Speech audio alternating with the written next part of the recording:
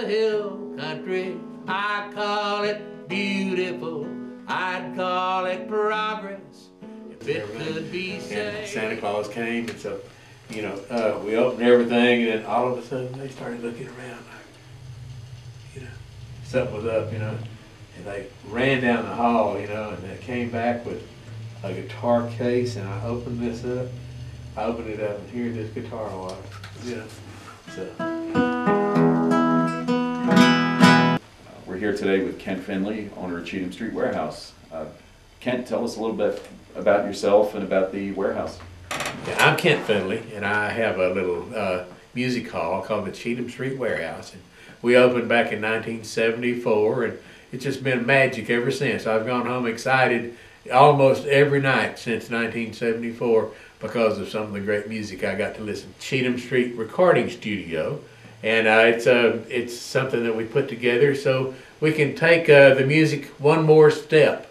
You know, we try to work to help songwriters develop their skill and their art, and I don't call it a craft. I call it an art because that's the side that I look at.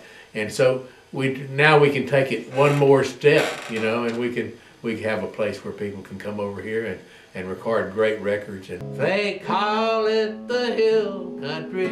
I call it beautiful. I'd call it progress if it could be saved. They call it the hill country. I call it home. But what will we call it when it's leveled and paved? We don't want it to stop. So that's what the purpose of our Cheatham Street Music Foundation nonprofit. All the ups and downs, daylight till dark, living till you die. The harder you work, making your mark, the faster time slips by. And the harder they buck, the higher you score. Hang on if you can. 1,000 miles in a beat-up truck for one flash in the pan. Ride 'em, cowboy, life's a rodeo. I'd have a song going on in my head, and I'd get to the end of the road, and I'd jump off, and I'd write something down, you know, and so I would have a whole lot of time to think. When you're driving a tractor in West Texas, plowing cotton or planting cotton, you've got a whole lot of time to do some thinking, and so that's when I wrote my first songs, and I've been writing ever since. Ride 'em, cowboy, life's a rodeo.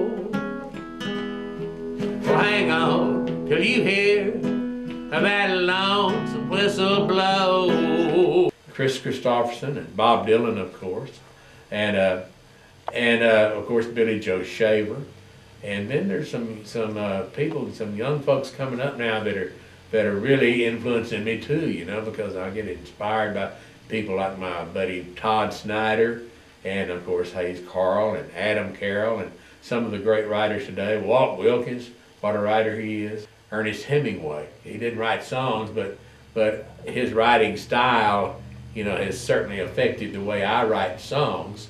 Also Henry David Thoreau, and then when we go back a little further, one of the first great songwriters, Bobby Burns, Robert Burns, back in Scotland many years ago, he was doing Texas music before there was a Texas. There's a fellow named Pake Rossi that just moved in here not too long ago. He was living in Corpus Christi, and he was coming every Wednesday to Songwriter Night, and now he's moved here to Lockhart, and he's writing wonderful songs. He's going to be a star. There's Jordan Miner, who we've just finished his CD. I threw my hat to the roaring crowd as I sat proud and tall, and it was damn well worth the busted bones and the hell I had to pay.